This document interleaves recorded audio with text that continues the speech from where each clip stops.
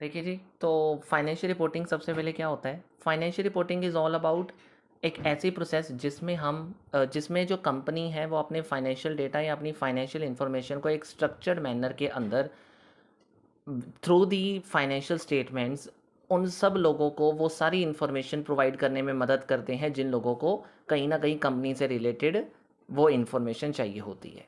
मतलब अगर सपोज़ करो कोई इन्वेस्टर है, कोई क्रेडिटर है, कोई सप्लायर है, ये सब लोग किसी ना किसी कंपनी से कनेक्ट होते हैं किसी ना किसी पर्पज़ से रिगार्डिंग। तो इन लोगों को कंपनी की फाइनेंशियल स्टेटमेंट्स चाहिए होती हैं, यानी कंपनी की फाइनेंशियल पोजीशन या कंपनी की फाइनेंशियल इन्फॉर्मेशन चाहिए होती है। तो ये सब चीज़ें उनको तभी मिल पाती हैं जब कंपनी उनको कहीं न कहीं ये सब चीज़ें एक रिपोर्ट के ज़रिए कम्युनिकेट करती हैं। तो जिस रिपोर्ट के ज़रिए हम इंटरप्रेट करते हैं अपनी फाइनेंशियल पोजीशन को, अपने फाइनेंशियल डेटा को, अपने कैश फ्लो पोजीशन को, अपने उन लोगों तक जिनको ये सारी इन्फॉर्मेशन चाहिए, तो इस पूरी प्रोसेस को हम क्या नाम दे देते हैं? फाइनेंशियल रिपोर्टिंग का नाम दे देते हैं। तो सिंपली एक ऐसा वे जिसमें हम कम्युनिकेट करते हैं अपने कंपनी की फाइनेंशियल इन्फॉर्मेशन, अपने कंपनी की फाइनेंशियल पोजीशन को, किसको? अपने अकाउंटिंग यूज़र्स को, in the form of financial statements. Clear हो गया होगा। अब जो फाइनेंशियल रिपोर्टिंग है वो जनरली दो तरीके की होती है, बट कई बार फोर टाइप्स भी इसमें कवर कर दिए जाते हैं। तो सबसे पहले अगर मैं जनरल पर्पस की बात करूं तो जो एक ऐसी रिपोर्ट जो सभी के लिए बनी होती है, सभी के लिए मीन्स टू से जो सभी के लिए वैलिड है, कंपनी में कंपनी के अंदर यानी कंपनी के इंटरनल पर्सनस के लिए भी वो रिपोर्ट बनी हुई है, प्लस एक्सटर्नल पर्पस के लिए भी बनी हुई है। तो कुल मिला के जो रिपोर्ट जो रिपोर्ट ग्रुप ऑफ यूज़र्स के लिए बनी हुई है, मतलब स्पेसिफिक ग्रुप के लिए नहीं बनी, सभी के लिए बनी हुई है, उसको हम क्या नाम दे देंगे? General purpose reporting. और स्पेशल पर्पस उसका ऑपोजिट हो जाएगा, यानी जो सिर्फ और सिर्फ किसी स्पेसिफिक डिपार्टमेंट, स्पेसिफिक पर्पस के लिए बनाई जाती है। जैसे फॉर एन एग्जांपल, अगर मैं सिर्फ अगर मैं इन्वेस्टर, सप्लायर या कस्टमर उन सभी के लिए अपनी रिपोर्टिंग रेडी कर रहा हूँ, तो मैं जनरल पर्पस रिपोर्ट बना रहा हूँ। लेकिन अगर मैं सिर्फ टैक्सेशन अथॉरिटी को देने के लिए कोई रिपोर्ट रेडी कर रहा हूँ, तो this is a part of special purpose reporting. और इसी तरह इंटरनल एक्सटर्नल रिपोर्टिंग की बात करूं तो जो सिर्फ इंटरनल मैनेजमेंट के लिए रिपोर्ट रेडी की जाती है उसको इंटरनल रिपोर्टिंग कह देते हैं, और जो जो रिपोर्टिंग एक्सटर्नल यूज़र्स के लिए रेडी की जाती है उनको एक्सटर्नल रिपोर्टिंग का नाम दे दिया जाता है। अब ऑब्जेक्टिव के तौर पर हम इस चीज़ को क्लियर कर सकते हैं। तो कहीं ना कहीं जनरल पर्पस रिपोर्टिंग का मेन पर्पस है सब लोगों को अपनी मतलब उन सब लोगों को अपनी कंपनी की फाइनेंशियल पोजीशन और अपने परफॉर्मेंस के बारे में बताना, अपने प्रॉफिट्स के बारे में बताना जिनको इस चीज़ की रिक्वायरमेंट है, चाहे वो एक्सटर्नल है या इंटरनल है। लेकिन स्पेशल पर्पस का मतलब है, जैसे मैंने टारगेट किया टैक्सेशन अथॉरिटी को हम दे रहे हैं अपनी कोई रिपोर्टिंग, तो उसका मेन पर्पस क्या है? स्पेशल पर्पस को फुलफ़िल करना। यानी अगर मेरा कोई स्पेशल पर्पस, मैं उसके लिए कोई रिपोर्ट बना रहा हूँ, तो स्पेशल पर्पस रिपोर्टिंग का मतलब है उस मकसद को पूरा करना, उस टारगेट को पूरा करना। ठीक है जी। अब अगर एग्जाम्पल के तौर पर बात करें तो एनुअल रिपोर्टिंग या बैलेंस शीट वगैरह जो टाइप्स हैं वो कहाँ आ जाएंगे? वो जनरल पर्पस का एग्जाम्पल आ जाएगा। और अगर मैं जीएसटी रिटर्न या इनकम टैक्स कॉम्पिटिशन की बात करता हूँ तो वो स्पेशल पर्पस रिपोर्टिंग की बात कर लेंगे। और इंटरनल एक्सटर्नल की बात करूँ तो इंटरनल रिपोर्टिंग का मतलब है कोई बजट बनाना, बजट रिपोर्ट रेडी करना या कॉस्ट एनालिसिस रिपोर्ट रेडी करना। लेकिन अगर एक्सटर्नल रिपोर्ट की बात करूं तो इसका मतलब है कहीं ना कहीं जब हम फाइनेंशियल स्टेटमेंट्स को पब्लिश कर रहे हैं अपनी वेबसाइट्स पे, तो this is an example of external reporting, right. अब क्यों यूज़फुल है फाइनेंशियल रिपोर्टिंग? तो सबसे पहले बड़ा आसान सा कहना है इसका कि डिसीजन मेकिंग के लिए, कि आप कह सकते हो कि जो इन्वेस्टर्स हैं, जो मैनेजमेंट है, उनको ये इन्फॉर्मेशन चाहिए होती है कहीं ना कहीं इन्वेस्टमेंट पर्पज़ के लिए, लैंडिंग पर्पज़ के लिए, ऑपरेशनल स्ट्रेटजीज़ के लिए। तो फाइनेंशियल रिपोर्टिंग उनकी मदद करती है। अब देखो परफॉर्मेंस इवेल्युएशन, कहीं ना कहीं फाइनेंशियल रिपोर्टिंग से हम परफॉर्मेंस इवेल्युएट भी कर सकते हैं कंपनी की, कि कंपनी की फाइनेंशियल पोजीशन या उसका प्रॉफिट कितना आया है, कैश फ्लो पोजीशन कैसी है। तो हर चीज़ का एनालिसिस करना या इवेल्युएशन करना आसान हो जाता है regarding to performance. Then is compliance and legal requirement. ये भी ध्यान में रखा जाता है कि कंपनी क्या स्टैट्यूटरी ऑब्लिगेशंस को फुलफिल कर रही है। मतलब देखो, अगर हम फाइनेंशियल रिपोर्टिंग बनाएंगे तो कहीं ना कहीं हम अकाउंटिंग स्टैंडर्ड्स को फॉलो कर रहे हैं, हम स्पेशल पर्पस के लिए टैक्सेशन अथॉरिटी को ध्यान में रख रहे हैं, तो इनकम टैक्स लॉ या कंपनी एक्ट, उन सभी को हम उन सभी को हम अच्छे से फॉलो कर रहे होते हैं। ये भी फाइनेंशियल रिपोर्टिंग का एडवांटेज मिल जाता है। कहीं ना कहीं इन्वेस्टमेंट्स अट्रैक्ट होने लग जाती हैं, क्योंकि अगर आप ट्रांसपेरेंट रिपोर्टिंग अपने इन्वेस्टर्स को दे रहे हो तो उनका कॉन्फिडेंस बिल्डअप हो जाएगा, जिससे वो आपके बिजनेस में और ज़्यादा इन्वेस्टमेंट्स करने करने लग जाएंगे और आपको पैसा मिलेगा बहुत ज़्यादा। क्रेडिट वर्थीनेस, कहीं ना कहीं जब हम क्रेडिटर या फाइनेंशियल इंस्टीट्यूशन से लोन लेना चाहते हैं तो financial reporting as a credit worthiness हमारी सिचुएशन को बेटर बनाती है, क्योंकि अगर हमने प्रॉपर फाइनेंशियल रिपोर्टिंग बनाई है तो क्रेडिटर्स को हर चीज़ को एनालाइज करना आसान हो जाएगा, उनको हमारी क्रेडिट वर्थीनेस के बारे में प्रॉपर पता चल जाएगा, जिससे वो हमें टाइमली लोन भी दे देंगे और रीपे के लिए करने के लिए फोर्सफुली भी नहीं कहेंगे, राइट। इसके बाद dividend policy determination, share holders को डिविडेंड देना है कि नहीं देना या अपने पास रखना है एज अ रिटेन्ड अर्निंग, ये सब डिसीजन भी कहीं ना कहीं फाइनेंशियल रिपोर्टिंग के जरिए ले पाना बड़ा आसान हो जाता है। एक कंपनी पर्पज से सोचो तो भी, लेकिन अगर हम शेयर होल्डर पर्पज से सोचे तो ज़्यादा अच्छे से हमें पता चलेगा, क्योंकि शेयर होल्डर को ये होता है कि उनको डिविडेंड मिलेगा कि नहीं मिलेगा, वो कंपनी की फाइनेंशियल स्टेटमेंट्स देख के ही पता चलता है। तो वो शेयर होल्डर के लिए भी एक बेनिफिट हो जाता है फाइनेंशियल रिपोर्टिंग को यूज़ करना, right. So these are some important usefulness जो मैंने आपको बताई फाइनेंशियल रिपोर्टिंग की। अब इसके बाद कुछ इसके क्वालिटेटिव करेक्टरिस्टिक्स कवर कर लिए जाते हैं कि फाइनेंशियल रिपोर्टिंग्स किस तरह की होनी चाहिए। फाइनेंशियल रिपोर्टिंग में consistency, relevance, faithful representation, comparability, verifiability, timeliness या अंडरस्टैंडेबिलिटी या मटीरियलिटी, ये सब चीज़ें पूरी करना बहुत ज़रूरी है। तो ये क्वेश्चन इस बार का एक्सपेक्टेड है, तो अच्छे से ज़रूर करके जाइएगा। अगर मैं सबसे पहले रेलेवेंस की बात करूं तो जिसका मतलब क्या होता है कि financial information should have an ability to influence the users economic decision. मतलब मेरे जो अकाउंटिंग यूजर्स हैं उनके जो इकोनॉमिक डिसीजंस हैं, अगर अगर अगर अगर मेरी फाइनेंशियल इंफॉर्मेशन से उनके इकोनॉमिक डिसीजन पे कोई भी इन्फ्लुएंस पड़ रहा है तो इसका मतलब मेरी इंफॉर्मेशन रेलेवेंट है, जो कि होनी भी चाहिए। ठीक है जी। कहीं ना कहीं इसके बाद मैं ये कहूँगा second is faithful representation. Faithful representation का मतलब है कि जो फाइनेंशियल इंफॉर्मेशन है should accurately reflect the actual event and transactions of the business. Actual event जो हुआ है उसको एक्चुअली रिप्रेजेंट करना है, करेक्टली रिप्रेजेंट करना है। This should be the form of part of your financial statement, यानी ट्रू एंड फेयर प्रेजेंटेशन अपने फाइनेंशियल रिपोर्टिंग की रखनी है, ये बोला गया है। मींस कंप्लीट होनी चाहिए अपनी फाइनेंशियल स्टेटमेंट्स, न्यूट्रल होनी चाहिए, मतलब अनबायस होनी चाहिए, कोई यूजर्स मिसलीड नहीं होना चाहिए, प्लस फ्री फ्रॉम एरर होना चाहिए, राइट। इसके अलावा कंपेरेबिलिटी, यूजर्स मतलब फाइनेंशियल रिपोर्टिंग इस तरीके की बनाओ कि यूजर्स को भी आसानी हो सके किस चीज़ को क्या करने में, कंपेयर करने में। मतलब एक तरीके से user should be able to compare your financial statement with different time period और your financial with other company financials also. ठीक है, तो कहीं ना कहीं ये भी एक बेनिफिट होना चाहिए आपकी फाइनेंशियल स्टेटमेंट्स को फाइनेंशियल रिपोर्टिंग के जरिए। इसके बाद फाइनेंशियल रिपोर्टिंग में वेरीफाइबिलिटी भी होनी चाहिए। मतलब it means different knowledgeable and independent users can reach the same conclusion. अब देखो, जैसे मैंने कोई फाइनेंशियल रिपोर्टिंग देखी, मुझे लगता है कंपनी का प्रॉफिट इस तरीके का है। अब देखो, थोड़ा बहुत ऊपर नीचे होना तो बात अलग है, मतलब थोड़ा बहुत सिमिलैरिटी का मतलब होता है थोड़ा बहुत चलेगा। लेकिन अगर मैं सपोज करूँ मैंने कुछ बताया, किसी ने कुछ बताया और थर्ड पर्सन ने कुछ और बताया, जब डिफरेंट डिफरेंट पर्सन कुछ और बताने लग जाएं तो इसका मतलब उसमें वेरीफाइबिलिटी नहीं है, कुछ ना कुछ तो फाइनेंशियल इन्फॉर्मेशन में फाइनेंशियल रिपोर्टिंग गलत है। तो फाइनेंशियल रिपोर्टिंग क्या होनी चाहिए, वेरीफाइबिलिटी, मतलब अगर कोई भी पर्सन उसको देख रहा है तो सिमिलर कंक्लूजन्स निकल के आने चाहिए, यानी एक तरीके से कहो तो प्रॉपर वेरिफिकेशन उस चीज़ की हुई होनी चाहिए। देन टाइमलाइननेस, जो भी फाइनेंशियल रिपोर्टिंग है वो कहीं ना कहीं इस तरीके की होनी चाहिए कि उससे इंफॉर्मेशन टाइमली मैनर में हमें मिल जाए, एज क्विकली एज पॉसिबल, यानी जितना हो सकता है कंप्लीट इन्फॉर्मेशन टाइमली बेसिस पे डिले नहीं होनी चाहिए, इस चीज़ का ध्यान रखना है, तभी आपकी फाइनेंशियल रिपोर्टिंग प्रॉपर मानी जाएगी। इसके अलावा अंडरस्टैंडेबिलिटी भी कवर की जाता है कि जो फाइनेंशियल रिपोर्टिंग में फाइनेंशियल इन्फॉर्मेशन है वो क्लियरली प्रेजेंट हुई होनी चाहिए, यानी उससे बिजनेस कह लो कि it should presented in such a manner so that it help the users to understand it very easily, right।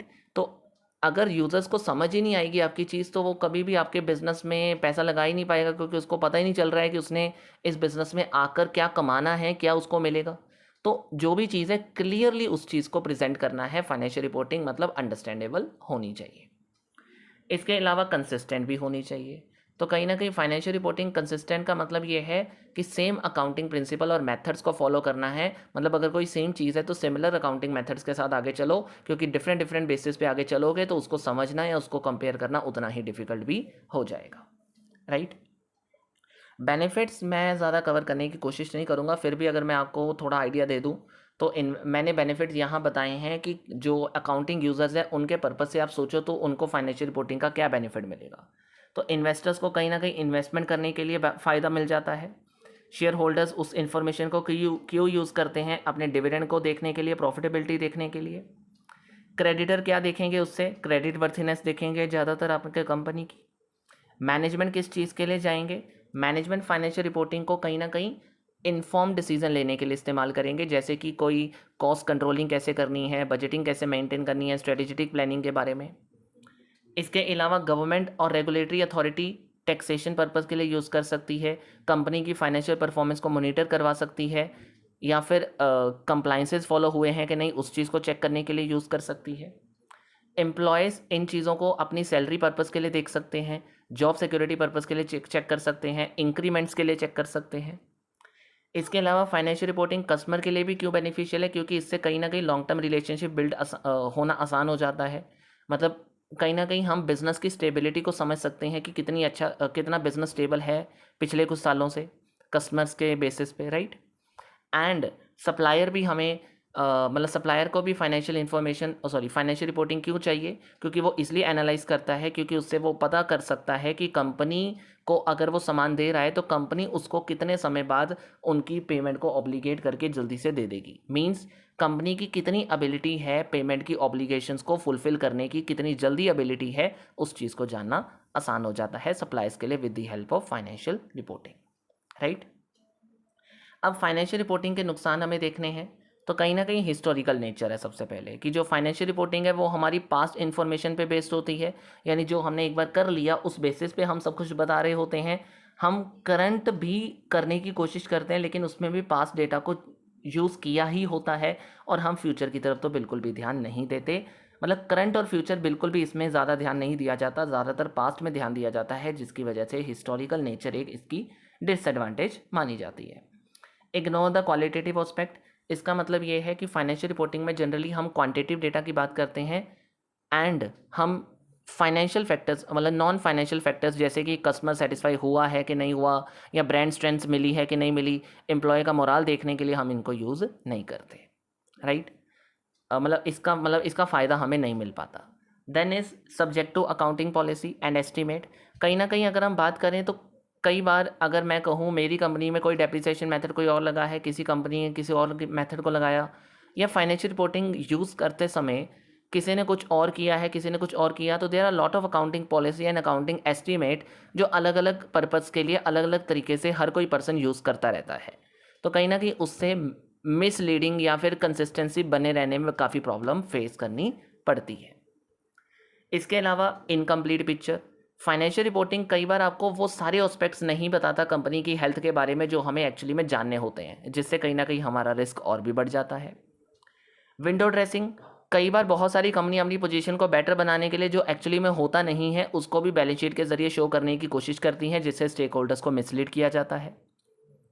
There after complexities, financial reporting कई बार इतनी ज़्यादा कॉम्प्लेक्स बन जाती हैं क्योंकि हमने उसमें कुछ ना कुछ टेक्निकल वर्ड्स यूज़ किए होते हैं, कुछ ना कुछ अकाउंटिंग स्टैंडर्ड्स की कीवर्ड्स को यूज़ किया होता है। जो पर्सन नॉन एक्सपर्ट होते हैं वो उन चीज़ों को समझ नहीं पाते, तो एज अ सिंपल और लेमैन इन्वेस्टर हम उन चीज़ों को ना अगर समझ पाएंगे तो हमारा कोई बेनिफिट ही नहीं मिल रहा है हमारी फाइनेंशियल रिपोर्टिंग को उनको देने का, राइट।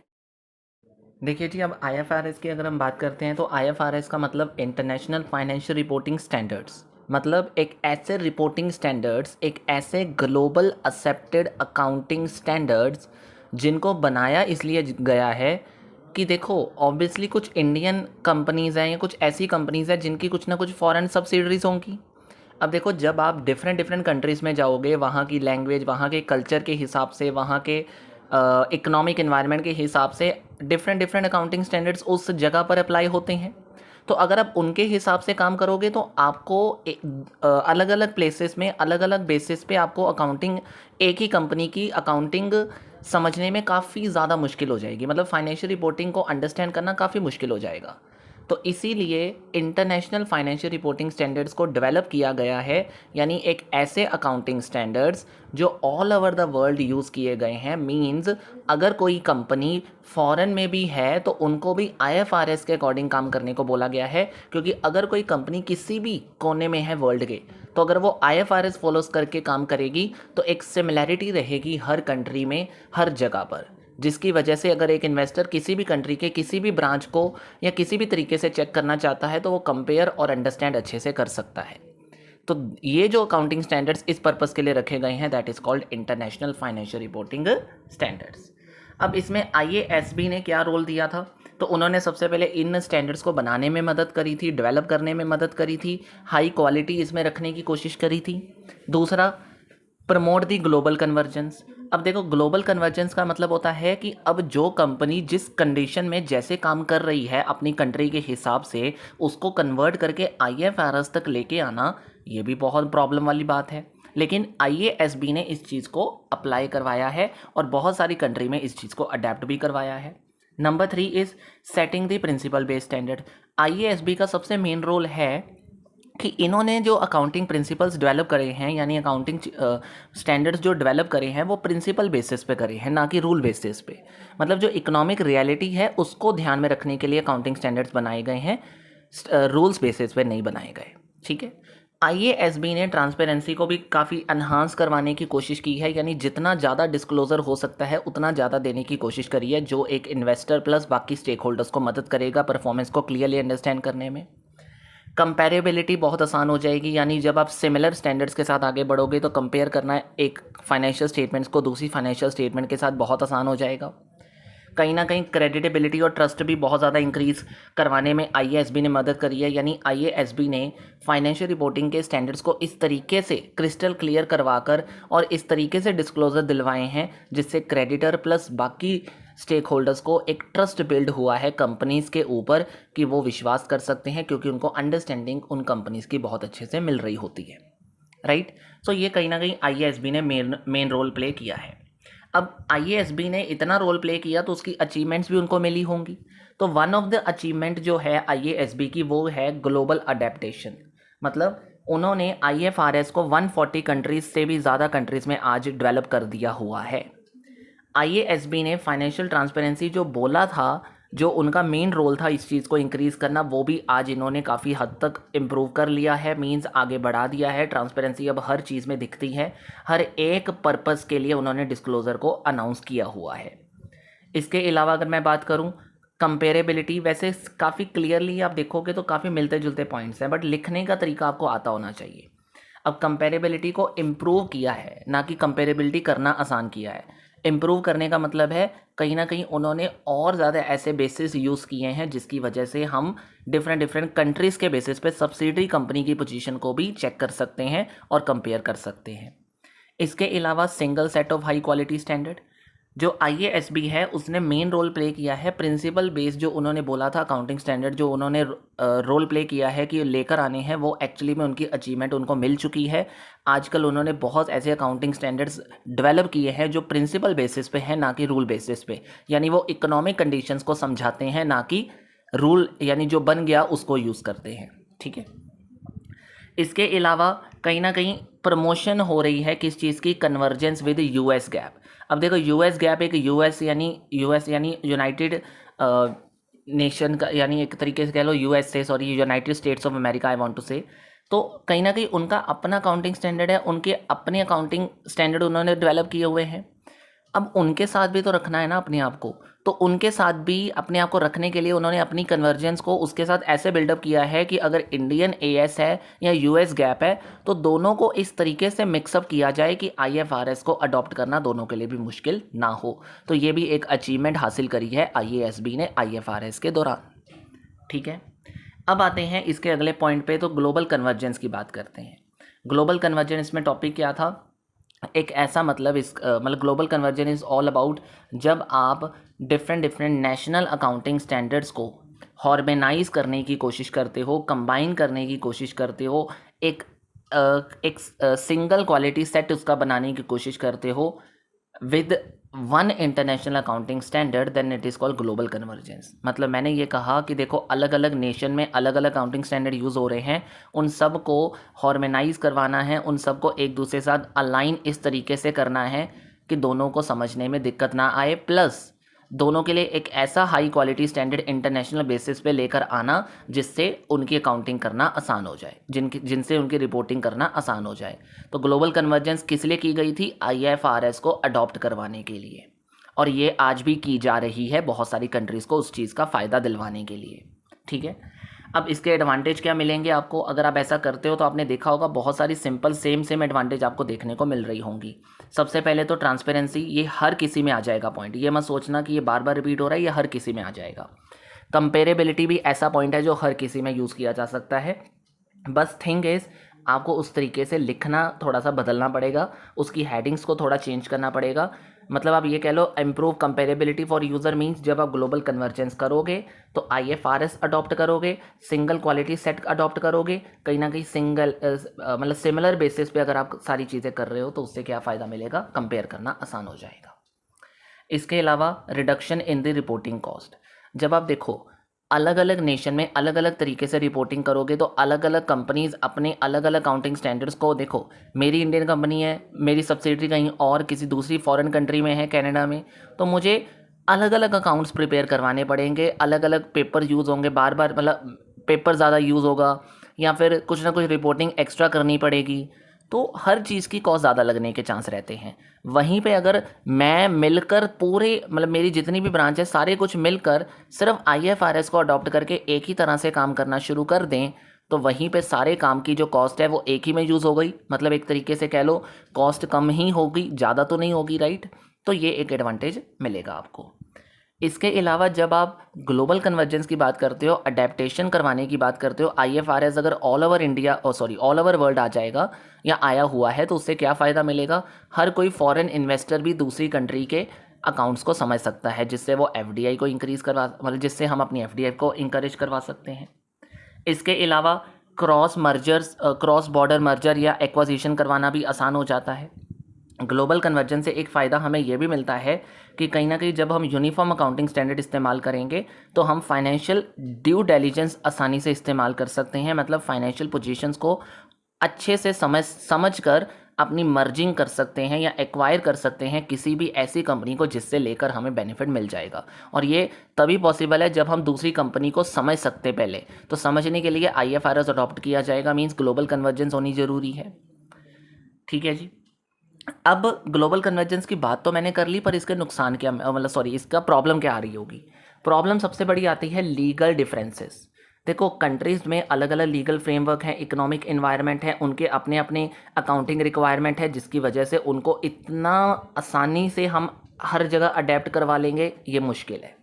इसके अलावा हर कंट्री के अपने नेशनल स्टैंडर्ड सेटर्स होते हैं, मतलब हर कंट्री ने अपने नेशनल स्टैंडर्ड सेटर्स बनाए हुए हैं, वो अपनी कंट्री के हिसाब से अपने स्टैंडर्ड सेट्स करके अपने हिसाब से काम करने की कोशिश करते हैं जो उनको सही लगता है। तो उन चीज़ों को अलाइन करना इस तरीके से कि IFRS को अडॉप्ट भी करवाया जा सके, ये भी बहुत मुश्किल काम है।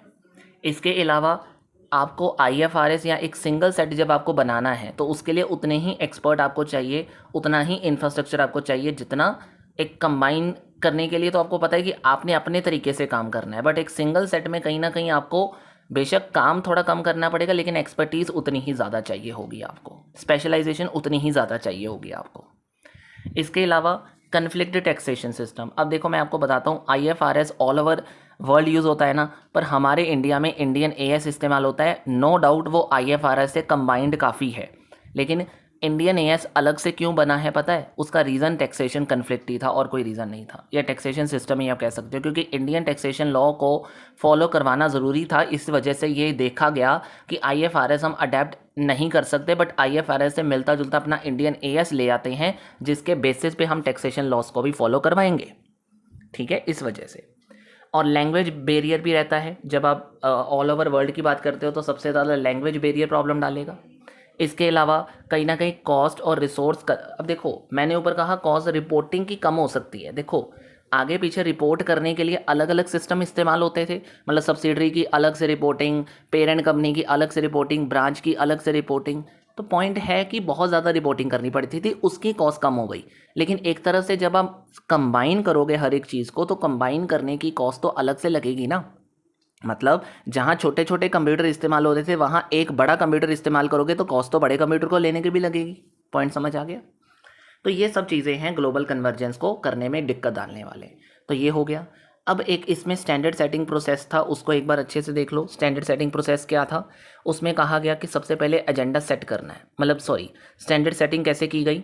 तो कहीं ना कहीं फर्स्ट स्टेप क्या है कि आपको आइडेंटिफाई करना है, प्रायोरिटाइज करना है वो एरिया जहाँ पे नए अकाउंटिंग स्टैंडर्ड की ज़रूरत है, और उसके अकॉर्डिंग वहाँ पे क्या क्या होना चाहिए उसका एजेंडा प्रिपेयर किया जाता है। फिर उस प्रोजेक्ट पे प्लान किया जाता है, यानी जब एजेंडा एडिड हो जाता है, मतलब एक प्रॉब्लम नज़र आ जाती है एजेंडा के अंदर कि ये काम करना है, तो फिर उसके बेसिस पे प्लान रेडी होता है और फिर प्लान के बेसिस पे आगे बढ़ने की कोशिश की जाती है। Thereafter develop and publishing the discussion paper. कहीं ना कहीं जब इशू बहुत ज़्यादा कॉम्प्लेक्स होते हैं ना, तो उसको बहुत ज़्यादा कंसल्टेशन चाहिए होती है। तो उस पर्पज़ के लिए जो IASB है ना, उसने डिस्कशन पेपर प्रिपेयर करने को बोला है, उसमें डिटेल एनालिसिस देने को बोला है, उसके ऑल्टरनेटिव सोल्यूशन बताने को बोला है, ताकि उस चीज़ को और क्लियर किया जा सके। फिर आता है develop and publishing the exposure draft.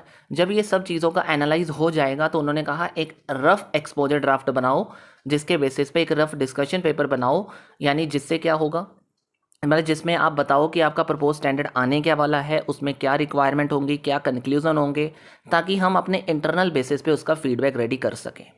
और जब अपने इंटरनल बेसिस पे सब क्लियर हो जाएगा, फिर हम डेवलप करेंगे फाइनल स्टैंडर्ड को, पब्लिश करेंगे फाइनल स्टैंडर्ड को। एंड जब फाइनल स्टैंडर्ड चला जाएगा, मतलब एक सेटअप हो जाएगा, तो उस स्टैंडर्ड को इस्तेमाल करने पर कितनी दिक्कत आ रही है या कितना फ़ायदा मिल रहा है, उसकी फीडबैक लेना आपका पर्पस है। That's it. ये है स्टैंडर्ड सेटिंग प्रोसेस। अब इसमें एक पॉइंट आ रहा है, नेक्स्ट थिंग इज़ कि बहुत सारे IFRS हमने देखे, तो उन IFRS को अडॉप्ट करवाने की कोशिश की गई है, जिसकी वजह से IFRS 3 एक पॉइंट है जिसके ऊपर हम बात करेंगे, दैट इज़ बिजनेस कॉम्बिनेशन। उसके डिस्क्लोजर्स के बारे में बात करेंगे। तो जस्ट बिजनेस कॉम्बिनेशन का मतलब क्या है? दो बिजनेसेस को आपस में कंबाइन करना। तो इस चीज़ के दौरान आपको ये सीखना है कि इसमें क्या क्या डिस्क्लोजर देने पड़ेंगे आपको IFRS को इस्तेमाल करते समय, मतलब IFRS की कंडीशन के दौरान आपको क्या क्या डिस्क्लोजर देते रहना पड़ेगा। नंबर 1, आपको कहीं ना कहीं जो एक्वायरी है, एक्वायरी एक होता है एक्वायरर जिसने एक्वायर करना है बिजनेस को, और एक्वायरी जिसके बिजनेस को एक्वायर किया जा रहा है, राइट। तो उसका बताना है, उसका नेम और ब्रीफ डिस्क्रिप्शन देना है, कब एक्वायर किया जा रहा है ये बताना है आपको। जैसे 1 जुलाई 2023 की बात करते हैं, रिलायंस रिटेल वेंचर लिमिटेड ने 100% से urban ladder home decor solution private limited को क्या कर लिया? एक्वायर कर लिया। तो उसका नाम भी बताया और उसकी डेट भी बता दी।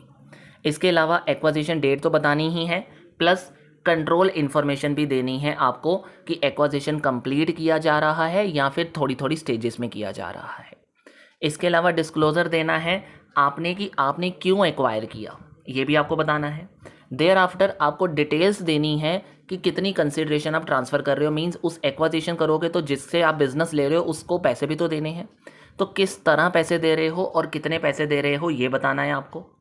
इसके अलावा एक्वायर करने की क्या कॉस्ट लग रही है आपको, मींस एक्वायर करने पर लीगल फ़ीस कितनी पे करनी पड़ी, कंसल्टेंसी फ़ीस कितनी पे करनी पड़ी, P&L में खर्चा कितना बनाना पड़ा, राइट।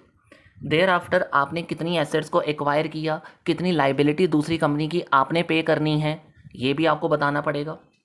जैसे कि आपने देखा कि बुक में इन्वेंट्री इतनी है, पर आपने कितने की इन्वेंट्री ली है बुक से, ये भी आपको बताना पड़ेगा, राइट।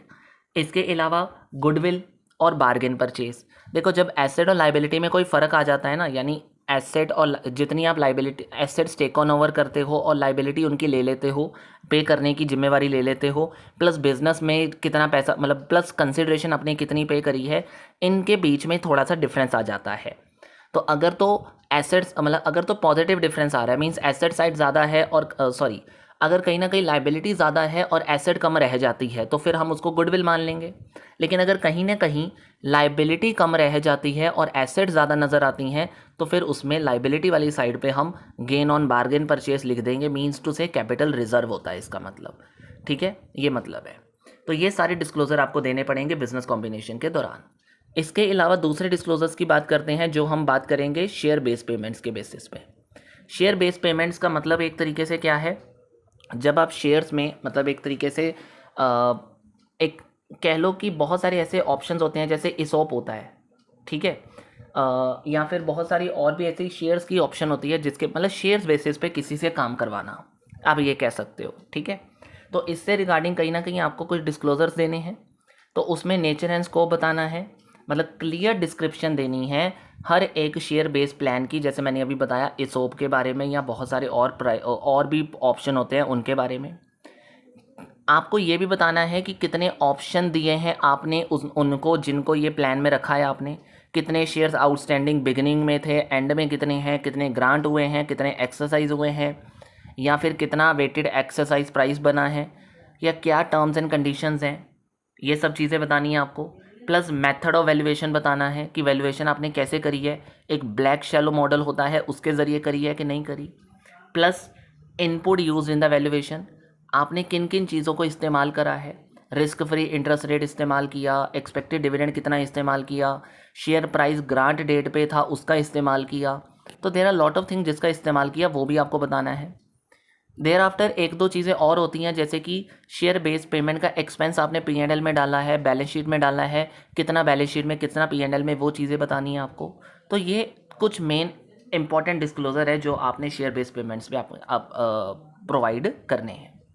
फिर IFRS 7 फाइनेंशियल इंस्ट्रूमेंट्स को बताता है। Financial instrument is all about, इसमें किस चीज़ का डिस्क्लोजर देंगे हम, कहीं ना कहीं आपको इसमें सबसे पहले फाइनेंशियल इंस्ट्रूमेंट्स की कैटेगरी डिफाइन करनी है कि मेरी फाइनेंशियल एसेट्स कौन सी हैं, लाइबिलिटीज़ कौन सी हैं जिनको मैं फेयर वैल्यू पे डिस्क्लोज कर रहा हूँ, लोन एंड रिसीवेबल्स की कैटेगरी अलग से रखनी है, कौन सी फाइनेंशियल एसेट सेल के लिए अवेलेबल है, हेल्ड टू मैच्योरिटी इन्वेस्टमेंट्स कौन सी हैं। तो अलग अलग कैटेगरी वाइज आपने अपने बताना है कि कितनी कितनी इन्वेस्टमेंट्स या कितने कितने फाइनेंशियल इंस्ट्रूमेंट्स आपके पड़े हुए हैं आपके पास।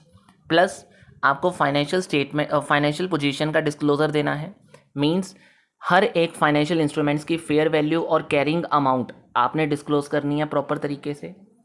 इनकम स्टेटमेंट का डिस्क्लोजर देना है कि फाइनेंशियल इंस्ट्रूमेंट से मुझे कितना गेन हुआ, कितना लॉस होने का मतलब कितना मैंने लॉस रिकॉग्नाइज किया है। Thereafter risk disclosure, risk disclosure मतलब क्रेडिट रिस्क के बारे में बताओ कि आपके लिए क्रेडिट रिस्क किस चीज़ का बन रहा है। इसके अलावा लिक्विडिटी रिस्क आपको कितना प्रिपेयर करके चलना चाहिए था, कितना रिस्क हुआ है, मार्केट में कितना रिस्क आप बियर कर रहे हो, ये सब चीज़ें आपको बतानी है। इसके अलावा फेयर वैल्यू के 3 लेवल होते हैं, वो 3 लेवल पे आपने हाईलाइट करना मतलब डिस्क्लोज करना है उन्हीं 3 लेवल को अच्छे तरीके से, ठीक है जी। एंड इन लेवल्स के बीच में कैसे ट्रांसफरिंग हुई है उसको भी हाईलाइट करना है आपने। और इसके अलावा कभी कभार हेज अकाउंटिंग भी की जाती है, तो उसका डिस्क्लोजर भी देना है कि कौन सी हेज आइटम आपने यूज़ करी है और कितने अच्छे तरीके से आपने उसको हेज किया, उसका आपने डिस्क्रिप्शन भी देना है, यानी उसकी डिटेल भी आपको देनी है। और फाइनेंशियल एसेट्स और फाइनेंशियल लायबिलिटी को कई बार ऑफसेट किया जाता है, तो उसके बारे में भी डिटेल इसमें दी जानी चाहिए। So these are some disclosure जो मैंने आपको थोड़े ही समय में अच्छे से क्लियर कर दिए हैं। तो अब मैं जल्दी से आपको कवर करवाता हूँ कि IASB और FASB का मैं डिटेल में नहीं जाऊँगा, क्योंकि मैंने इसकी अलग से एक बढ़िया सी वीडियो डाली हुई है, तो आप उसको अच्छे से क्लियरली समझ सकते हो। तो IASB या FASB का फ्रेमवर्क अगर आ भी जाता है, तो उसमें आपको सबसे पहले बस इतना ही हाईलाइट किया गया है कि IASB ने अपने फ्रेमवर्क में ये कहा कि फाइनेंशियल रिपोर्टिंग का मेन ऑब्जेक्टिव क्या होना चाहिए, जितने भी यूज़र हैं अकाउंटिंग इन्फॉर्मेशन के उनकी मदद करना, यानी उनको वो फाइनेंशियल इन्फॉर्मेशन देना ताकि वो अपने डिसीजन ले सकें। इसके अलावा कहीं ना कहीं वो डिसीज़न किस बेसिस पे ले सकें, ताकि वो बाय करना है कि नहीं करना शेयर, उन्होंने सेल करना है कि नहीं करना, या होल्ड करना है, क्या करना है, उसके डिसीज़न वो ले सकें। इसके अलावा क्वालिटेटिव करेक्टरिस्टिक्स मैं ऑलरेडी आपसे बात कर चुका हूँ first of starting of video के अंदर, तो कहीं ना कहीं उसके बारे में भी IASB ने बताया है कि फाइनेंशियल रिपोर्टिंग में क्या होना चाहिए, रेलेवेंस होनी चाहिए, ठीक है जी, कहीं ना कहीं फेथफुल रिप्रेजेंटेशन या फिर कंपेरेबिलिटी, वेरीफाइबिलिटी, टाइमलाइनाइज या अंडरस्टैंडेबिलिटी, ये सब चीज़ें आपने ऑलरेडी फाइनेंशियल रिपोर्टिंग के बेसिक चैप्टर में डिस्कस करी हैं, वही वाली यहाँ पे आपको हाईलाइट करनी है चीज़ें। इसके अलावा IASB ने कहा कि फाइनेंशियल स्टेटमेंट जब भी आप बनाओगे तो उसमें मेन एलिमेंट एसेट होनी चाहिए, एसेट मतलब जो कंपनी की खुद की चीज़ है। इसके अलावा लाइबिलिटी, जो कहीं ना कहीं कई कुछ पास्ट इवेंट के ज़रिए कंपनी को अपने पैसे जब देने पड़ते हैं तो वो लाइबिलिटी बन जाती है कंपनी की, तो वो चीज़ भी एक फाइनेंशियल स्टेटमेंट में होनी चाहिए। इसके अलावा कंपनी की इक्विटी उसका पार्ट होना चाहिए।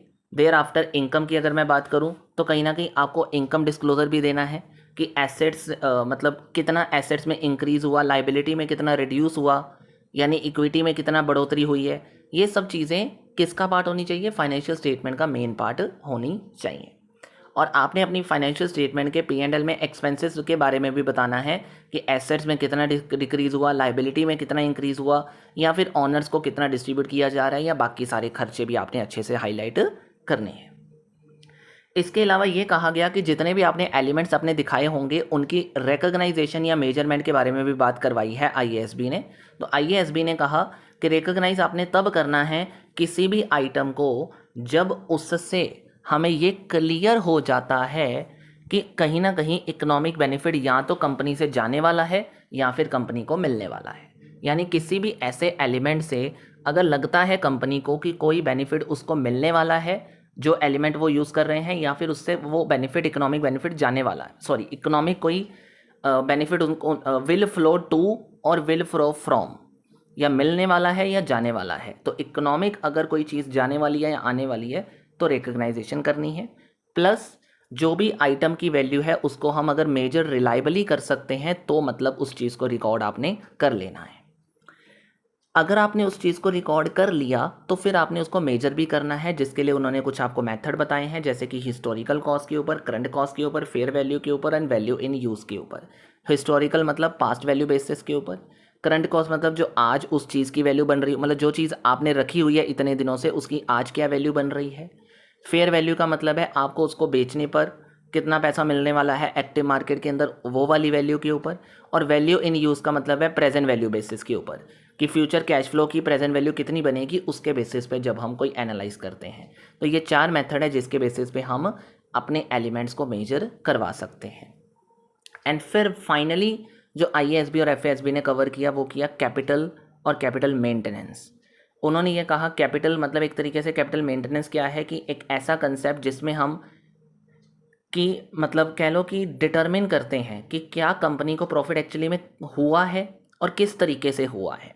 तो उसके लिए उन्होंने 2 कैपिटल को डिफाइन करा। एक कैपिटल उन्होंने डिफाइन करी फाइनेंशियल कैपिटल, और दूसरी कैपिटल उन्होंने डिफाइन कर दी है फिजिकल कैपिटल। कैपिटल जो कहीं ना कहीं उस मॉनेटरी अमाउंट पे डिपेंड होती है जो नेट एसेट्स, जैसे सपोज करो मेरे पास जो नेट एसेट्स बिगिनिंग में पड़ी थी और नेट एसेट जो एट द एंड में पड़ी है, तो उन दोनों के बीच का जो डिफरेंस है that is called to be a financial capital, that is called to be the financial capital. मतलब मेरी फाइनेंशियल कैपिटल मतलब मेरी इन्वेस्टमेंट जो स्टार्टिंग में थी और जो साल के लास्ट में है उसमें कितना इंक्रीज डिक्रीज हुआ है, this is called financial capital. और जितना इंक्रीज डिक्रीज हुआ है उसको हम प्रॉफिट या लॉस का नाम दे देंगे। अब उसके बाद फिजिकल कैपिटल की बात करता हूं। तो physical capital is all about capital is maintained when operating capacity maintained when the operating capacity is maintained और इम्प्रूव। मतलब जब कंपनी की प्रोडक्शन कैपेसिटी में इंक्रीज हुआ है तो उसकी वजह से जो कंपनी को फायदे मिले हैं उस चीज़ में जो प्रॉफिट आता है उसको फिजिकल कैपिटल बोला जाता है। So these are the call about IASB और FASB का फ्रेमवर्क। अब देखिए इसके बाद प्राइस लेवल अकाउंटिंग की बात करते हैं। अगला टॉपिक आ गया प्राइस लेवल चेंजेस अकाउंटिंग यानी इन्फ्लेशन अकाउंटिंग। देखिए जी, इन्फ्लेशन अकाउंटिंग का एक सिंपल सा मतलब क्या है कि देखो पहले जो भी आप अकाउंटिंग कर रहे हो उसमें इन्फ्लेशन का कोई इम्पैक्ट आप लेके नहीं आते थे, मतलब जो इन्फ्लेशन होती थी उसको एडजस्ट नहीं करते थे। तो प्राइस लेवल अकाउंटिंग एक तरीके से एक ऐसा मेथड है जिसमें हम जो भी अकाउंटिंग करेंगे उसको इन्फ्लेशन कंसीडर करके करेंगे। ठीक है, एक ऐसा मेथड जिसमें अगर जनरल प्राइस लेवल यानी इन्फ्लेशन या डिफ्लेशन आती है तो उसके इम्पैक्ट को शो करके अगर आप अपनी फाइनेंशियल रिपोर्टिंग में दिखा रहे हो तो this is called price level changes accounting और inflation accounting.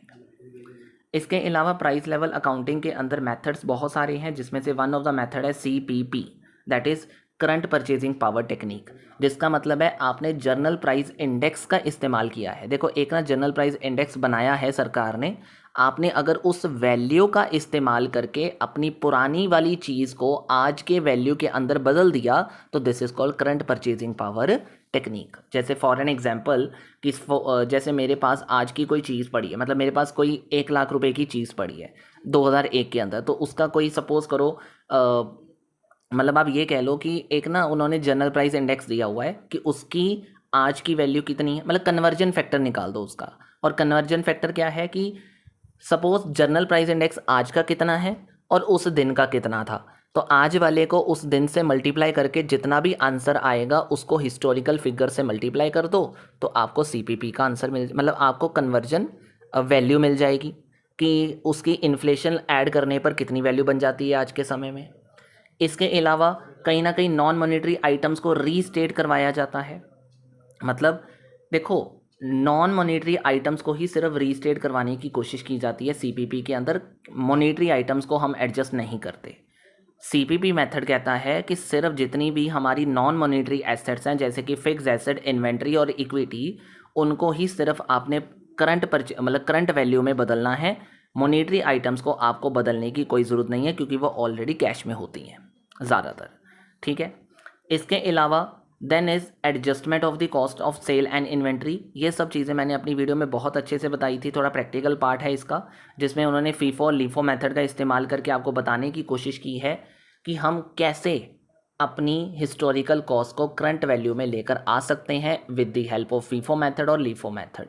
FIFO is all about कि जब हम कहीं ना कहीं जो चीज़ पहले आई है उसका ही इस्तेमाल कर रहे हैं अपनी सेल करने के लिए, तो क्लोजिंग स्टॉक में क्या बचेगा, जो चीज़ लास्ट में आई होगी वही क्लोजिंग में बचेगी ना। फीफो का मतलब जो पहले आया था वो चला गया, तो जो लास्ट में बचा होगा वही क्लोजिंग स्टॉक का पार्ट बनेगा। ठीक है। सिमिलरली लीफो में क्या होगा, लीफो में जो लास्ट में आया उसको पहले भेजा जाएगा और जो पहले में आया होगा ना वो क्लोजिंग स्टॉक ही हमेशा बनेगा। तो बस इतना सा मेथड समझो, बाकी प्रैक्टिकली आपके पास पीडीएफ है, आप इस चीज़ को थोड़ा एनालाइज कर सकते हो इफ़ यू वांट। ठीक है। अब अदरवाइज अगर हम बात करें इसके बाद then is ascertainment of the net profit. अब इसमें एक टॉपिक है ascertainment of the net profit. तो कहीं ना कहीं नेट प्रॉफिट इसमें अगर आप निकालना चाहते हो तो उसके 2 मेथड्स आपको दिए गए हैं, जिसमें एक नेट चेंजिंग मेथड है और एक आपका चेंज इन इनकम मेथड है। नेट चेंज मेथड का मतलब है जब आप ओपनिंग और क्लोजिंग बैलेंस कन्वर्ट करते हो सीपीपी टर्म्स की हेल्प से, तो उसको बोलते हैं उसको हम बोल देते हैं दैट इज़ मतलब उस बेसिस पे उस मेथड को हम नेट चेंज मेथड बोल देते हैं। यानी अगर मैं ये कहूँ कि देखो एक ओपनिंग बैलेंस है आपके पास, एक क्लोजिंग बैलेंस है, आपने दोनों को ही चेंज करना है सीपीपी टर्म्स के अंदर, पहली बात तो ये। लेकिन उन्होंने ये बोला कि जब क्लोजिंग बैलेंस की बात करोगे ना तो क्लोजिंग बैलेंस में सिर्फ नॉन मॉनेटरी आइटम्स कन्वर्ट करनी है। ओपनिंग में चाहे दोनों कर दो, लेकिन क्लोजिंग में सिर्फ नॉन मॉनेटरी कन्वर्ट करनी है, मॉनेटरी आइटम्स को कन्वर्ट नहीं करना। और जो चेंज इन ऑनर इक्विटी होगा, यानी इक्विटी के अंदर जो चेंज आएगा वही हमारा प्रॉफिट माना जाएगा। दूसरा method change in income method था, जिसमें हम क्या करते हैं पूरी की पूरी इनकम स्टेटमेंट जो होती है ना उसकी हर एक आइटम को इंडेक्स यानी सीपीपी की टर्म्स के अंदर डिवाइड कर मतलब कन्वर्ट करते हैं, यानी हर एक आइटम इसमें कन्वर्ट की जाती है अगर हम किसकी बात कर रहे हैं, चेंज इन इनकम मेथड की बात कर रहे हैं। ठीक है। इसके अलावा दूसरी टेक्निक आ गई सीसीए टेक्निक। सीसीए टेक्निक का मतलब करंट कॉस्ट अकाउंटिंग टेक्निक, यानी जिसमें हम एसेट और लाइबिलिटी को करंट रिप्लेसमेंट कॉस्ट के हिसाब से लेकर आते हैं आगे, ना कि जर्नल इंडेक्स के हिसाब से। यानी इसमें हम रीवैल्यूएशन एडजस्टमेंट्स करवाते हैं कि रीवैल्यूएशन बेसिस पे हमारी एसेट की आज की वैल्यू क्या बनने वाली है। तो उसके लिए कुछ मेथड इस्तेमाल किए गए, जैसे कि नेट करंट रिप्लेसमेंट वैल्यू, यानी जो आपके पास कोई फिक्स एसेट पड़ी है उसको आज कितने में ख़रीदा जा सकता है, मींस आज कितने में रिप्लेस किया जा सकता है, उसकी वैल्यू आपको मतलब जो वो वैल्यू होती है उसी को आज की वैल्यू माना जाएगा। Plus net realisable value. Net realisable मतलब जब आप कोई पुरानी चीज़ को बेच दोगे तो बेचने के बाद जो पैसा मिलेगा उसको बोला जाएगा क्या। देखो, सबसे पहली बात तो रिवैल्यूएशन एडजस्टमेंट का मतलब मैं बता देता हूँ, इसमें वैल्यू ऑफ बिजनेस बेसिस पे काम होता है। तो जो भी हम वैल्यू निकालेंगे उसको वैल्यू ऑफ बिजनेस बोला जाएगा, और वैल्यू ऑफ बिजनेस के बेसिस पे ही हम ये डिसाइड करते हैं कि उसकी आज की वैल्यू क्या बन रही है। ठीक है। Then is net recoverable value. तो जो भी नेट इनकम की प्रेजेंट वैल्यू हम दैट विल बी जनरेटेड, मतलब जो पुरानी एसेट मेरे पास पड़ी है, मतलब जो पुरानी एसेट मेरे पास पड़ी चलती आ रही है, तो अगर मैं आज से अभी से आने वाले 5 सालों के लिए जो पुरानी एसेट पड़ी है उसका नेट बेनिफिट आज तक देखना चाहता हूँ, जिसको हम प्रेजेंट वैल्यू बोलते हैं। तो जब हम किसी पुरानी चीज़ का आने वाले समय के लिए प्रेजेंट वैल्यू चेक करने वाले हैं तो this is called net recoverable value, यानी इसमें प्रेजेंट वैल्यू निकाली जाती है और उस बेसिस पे डिसाइड होता है कि कितनी वैल्यू बनेगी इसकी। ठीक है, सॉरी नीचे रह गया, मैंने पहले बोल दिया। अब आप देख सकते हो नेट रिकवरेबल वैल्यू जो मैंने बोला है आपको। इसके अलावा डेप्रिसिएशन आ जाती है।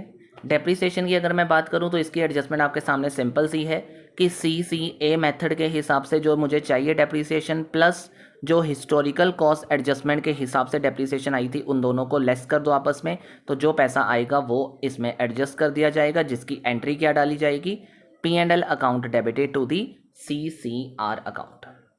ठीक है जी। अब इसके बाद इसमें कुछ एक दो एडजस्टमेंट्स और बोली गई हैं, जिसमें से वन ऑफ द एडजस्टमेंट का नाम है मॉनेटरी वर्किंग कैपिटल एडजस्टमेंट और एक है हमारे पास गियरिंग एडजस्टमेंट।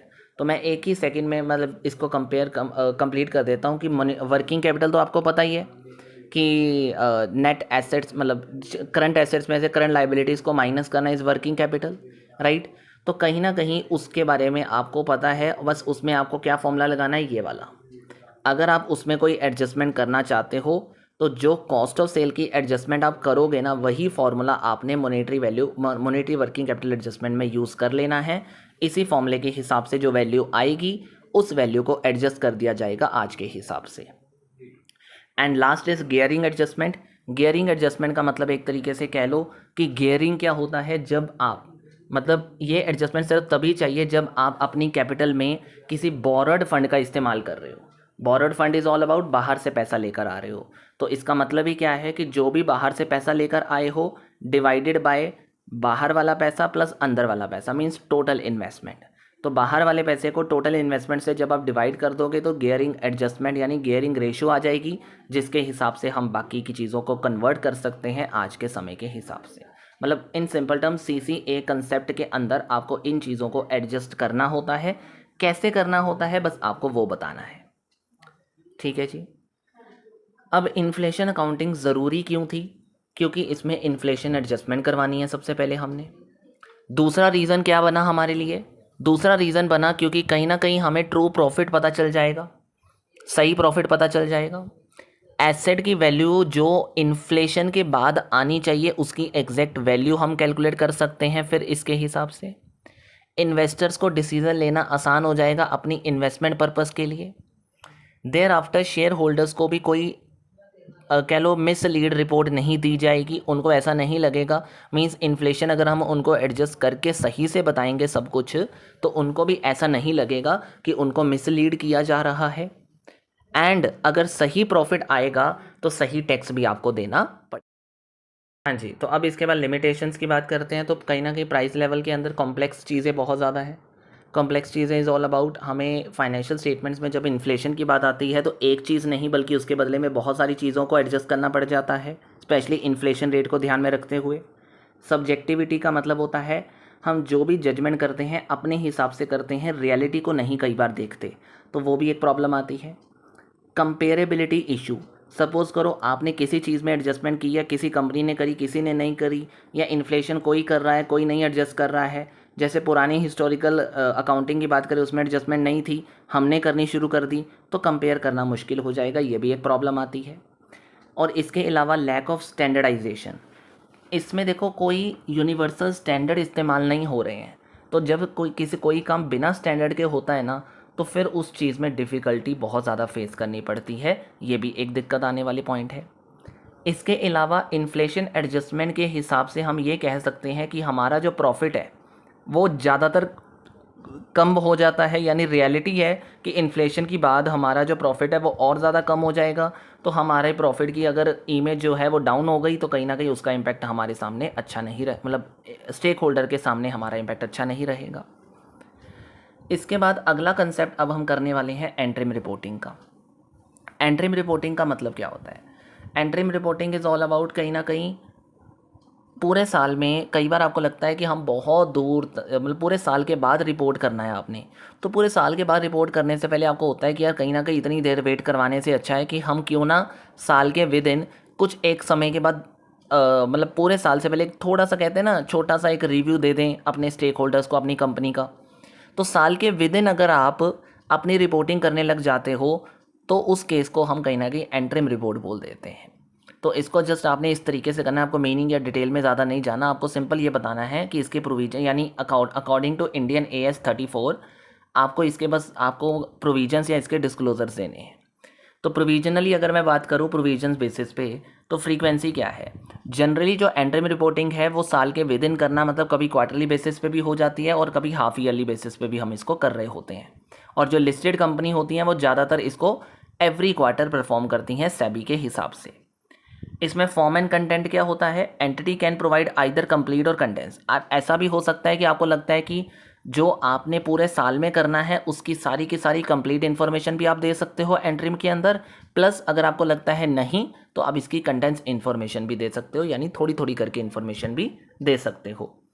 कंपैरेटिव्स का मतलब है बहुत सारी कंपनीज इसमें मतलब ज़्यादातर सेम एंट्री पीरियड को इस्तेमाल करती हैं जो प्रीवियस ईयर में इस्तेमाल किया होता है ताकि क्लोजिंग फिगर में कोई मैनिपुलेशंस नज़र ना आए। आफ्टर दैट एस्टिमेट की बात होती है। एस्टिमेट इज़ ऑल अबाउट कि कहीं ना कहीं आपको हर वो चेंजेस बताने हैं जो ड्यूरिंग द ईयर आपको लग रहा है कि एंट्रीम रिपोर्ट करने से पहले आपको नज़र आ गए या आ सकते हैं या उसके दौरान आए हैं, तो आपको प्रॉपरली उन सिग्निफिकेंट चेंजेस को बताना है, प्रॉपरली एस्टिमेट्स को हाईलाइट करना है एंट्रीम पीरियड के दौरान। इसके अलावा सपोज़ आपने रिपोर्टिंग कर दी, रिपोर्टिंग पीरियड के बाद आपको लगता है कोई ऐसा काम हुआ है जो नॉन एडजस्टिंग इवेंट है, तो आपने उस चीज़ को भी हाईलाइट करना है क्योंकि उसका इम्पैक्ट बहुत सारे स्टेक होल्डर्स के ऊपर पड़ता है, तो उनको इस चीज़ की इन्फॉर्मेशन देना बहुत ज़रूरी हो जाता है। इसके अलावा इसके कुछ डिस्क्लोज़र रिक्वायरमेंट्स हैं जो आपको ध्यान में रखने हैं, जिसमें कि सबसे पहले आपको ये कहा गया है कि जो भी आपने P&L देना है उसमें कहीं ना कहीं आपको रेवेन्यू एक्सपेंस अच्छे से हाईलाइट करना है जो भी एंट्रीम पीरियड का बन रहा होगा। मतलब अगर आप क्वार्टर वाइज दे रहे हो तो क्वार्टर में क्या प्रॉफिट बना, क्या रेवेन्यू बना, क्या रिजल्ट बना, ये सब चीज़ें आपको हाईलाइट करनी है। एक्सेप्शनल आइटम या टैक्स का खर्चा भी अगर आपको नज़र आ रहा है तो उसको सेपरेटली आपने हाईलाइट करके बताना है कि आपको मतलब रिपोर्ट करना है। मतलब जो भी आपको लगता है कि एक्स्ट्रा ऑर्डिनरी चीज़ आपके सामने आ रही है या फिर कोई ऐसा टैक्स एक्सपेंस है जिसको सेपरेटली ट्रीट करना है, तो आपको वो भी चीज़ हाईलाइट करनी है। इसके अलावा balance sheet is all about, मतलब इसमें एक बैलेंस शीट हाईलाइट भी कर, मतलब बैलेंस शीट में क्या क्या हाईलाइट करना हो सकता है कि आपको प्रॉपर कंप्लीट इन्फॉर्मेशन देनी है या कंडेंस्ड इन्फॉर्मेशन देनी है। मतलब करंट फाइनेंशियल इन्फॉर्मेशन कह लो कि आपने एट द एंड क्या होगा ये बताना है। मतलब यू कैन से कि प्रेजेंट करो current financial year at the end of interim period and end of the previous financial year. एक सिंपल टर्म में मैं कहूँ तो आपको इसमें पिछले साल का जो एंडिंग है वो भी बताना है और करंट ईयर का एंट्रीम पीरियड से पहले क्या एंडिंग हुआ है वो भी बताना है। मतलब जिस दिन मैंने एंट्रीम रिपोर्ट बनानी है या एंट्री फाइनेंशियल स्टेटमेंट रेडी कर ली, उस वो सारी डिटेल भी देनी है, प्लस पिछले साल के एंडिंग पॉइंट की भी डिटेल आपने इसमें देनी होती है। कई बार मतलब इसमें आपको क्या डिस्क्लोज करना है, कहीं ना कहीं फुल फॉर्मेट जो इंडियन AS 34 के हिसाब से दिया गया है ना इस पर्पज़ के लिए, वो आपको हाईलाइट करना है। आप कैश फ्लो स्टेटमेंट भी कंडेंस्ड बना सकते हो अगर आपको लगता है तो, ठीक है। इसके अलावा आपको वो सारी मेजर क्लासेस शो करनी है जो इनफ्लो या आउटफ्लो में आती हैं, जैसे कि ऑपरेटिंग कैश फ्लो कितना हुआ, इन्वेस्टमेंट कैश फ्लो कितना हुआ, फाइनेंसिंग कैश फ्लो कितना हुआ। इसके अलावा इक्विटी कैपिटल में कितनी मूवमेंट हुई है जितने पीरियड का एंट्री में उस पीरियड के दौरान, रिटेन्ड अर्निंग में कितना चेंज आया है, ये सब चीज़ें भी आपको हाईलाइट करनी है। इसके अलावा अकाउंटिंग पॉलिसी आपने क्या एंट्री पीरियड्स के दौरान सेम रखी है, कौन सी रखी है, उसकी नेचर मतलब अगर चेंज करी है तो चेंज करने की नेचर, उसका रीज़न, वो भी आपको डिस्क्लोज करना है प्रॉपर तरीके से। अगर बिजनेस सीजनल फ्लक्चुएशंस की बात कर रहा है तो उसमें आपने सीजनैलिटी रिजल्ट्स जैसे निकल के आए हैं तो उसमें सीजनैलिटी क्या थी, क्यों आई थी, उसका आपने नेचर और उसका इम्पैक्ट अच्छे से डिस्क्लोज करना है, ठीक है जी। तो ये सब चीज़ें एंट्रीम रिपोर्ट के अंदर आपको हाईलाइट करके चलनी है। इसके अलावा सेगमेंट रिपोर्टिंग की बात करते हैं। तो सेगमेंट रिपोर्टिंग में क्या हाईलाइट करना है आपको, तो कहीं ना कहीं segment reporting is all about, सबसे पहले आपको सेगमेंट आइडेंटिफिकेशन करनी है। तो interim reporting internal reporting reviewed जो है that is CODM, that is chief operating decision maker, उसके हिसाब से जो सेगमेंट है वो दो तरीके के होते हैं, एक बिजनेस सेगमेंट होता है, एक ज्योग्राफिकल सेगमेंट होता है। और जो रिपोर्टेबल सेगमेंट क्राइटेरिया है इसके अंदर मीन्स किस सेगमेंट को रिपोर्ट करना है और किस सेगमेंट को रिपोर्ट करने की कोई ज़रूरत नहीं है। तो उसमें बताया गया कि सेगमेंट को रिपोर्ट सिर्फ तभी करना है अगर उस सेगमेंट का रेवेन्यू जो है वो ग्रेटर देन और equal to total revenue of 10%, मतलब टोटल रेवेन्यू के 10% से अगर उस सेगमेंट का रेवेन्यू ग्रेटर देन या इक्वल टू है तो उसको रिपोर्ट करना है। या फिर सपोज करो जितना रिजल्ट निकल के आया ऑल ओवर सेगमेंट्स का, जो रिजल्ट निकल के आया उस रिजल्ट के 10% से ज़्यादा आपके सेगमेंट का अगर रिजल्ट आ रहा है या 10% के बराबर आपके सेगमेंट का रिजल्ट आ रहा है तो भी आपको रिपोर्ट करना है। या फिर ओवरऑल सेगमेंट्स जितने भी हैं उनकी टोटल एसेट जो बनती हैं उसके 10% या उससे ज़्यादा अगर आपकी एसेट्स हैं उस सेगमेंट के अंदर तो भी आपको रिपोर्ट करना है। ठीक है जी। इसके अलावा मेजरमेंट बेसिस है, सेगमेंट रेवेन्यू या सेगमेंट रिजल्ट या सेगमेंट एसेट जो हैं उनको सेम बेसिस पे मेजर करना है जैसे इंटरनल मैनेजमेंट की रिपोर्ट को मेजर किया जाता है, बस इतना आपको लिखना है। ठीक है जी। देयर आफ्टर इसमें आते हैं इंटर सेगमेंट ट्रांसैक्शंस। तो जो भी आपने सेगमेंट्स के विद इन प्रॉफिट बेसिस पे या फिर ट्रांसफ़र प्राइस बेसिस पे आपने जो विद इन जो करी है ना अपनी डील वो करी होंगी, ट्रांसैक्शंस करी होंगी, उनको आपने अलग से डिफ़ाइन करना है क्योंकि उसको हम कहीं ना कहीं रिलेटेड पार्टी के अंदर डील करने की कोशिश करते हैं, तो उसके लिए आपको प्रॉपर डिस्क्लोज़र देने हैं, ये ध्यान रखना है आपने। ठीक है जी। अब डिस्क्लोज़र में देना ही क्या है, तो आपको कहा गया सबसे पहले आपको जो रिपोर्टेबल सेगमेंट्स आपने ढूंढे हैं उसको हाईलाइट करना है सबसे पहले कि आपका बिजनेस सेगमेंट क्या है, ज्योग्राफिकल सेगमेंट्स के बारे में बताओ। ठीक है, आप किन प्रोडक्ट्स और सर्विसेज में डील कर रहे हो इन सेगमेंट्स के अंदर उसके बारे में बताओ। आपको डिस्क्लोज़ करना है प्रॉपरली कि एक सेगमेंट में एक्सटर्नल रेवेन्यू कितना आ रहा है और एक सेगमेंट को दूसरे सेगमेंट में से कितना पैसा मिल रहा है, ये भी आपको अलग अलग हाईलाइट करना है। इसके अलावा आपको ये ध्यान में रखना है कि प्रॉफिट एंड लॉस जो आपने CODM को दिखाना है, ठीक है, हर सेगमेंट के CODM को डिसीजन मेकर को जो दिखाना है आपने, कहीं ना कहीं उसमें आप मतलब उसको प्रॉपरली मेजर किया होना चाहिए, उसको प्रॉपरली प्रेजेंट करके दिखाना है। ठीक है, और ये भी कहा गया है कि अगर सेगमेंट ने मतलब अगर सेगमेंट के पास कोई प्रॉफिट या लॉस बिफोर टैक्स है या इंटरेस्ट पड़ा हुआ है या कोई स्पेसिफिक आइटम पड़ी हुई है तो उसका डिस्क्लोज़र भी आपने अपनी सेगमेंट रिपोर्टिंग के दौरान देना है। ठीक है जी।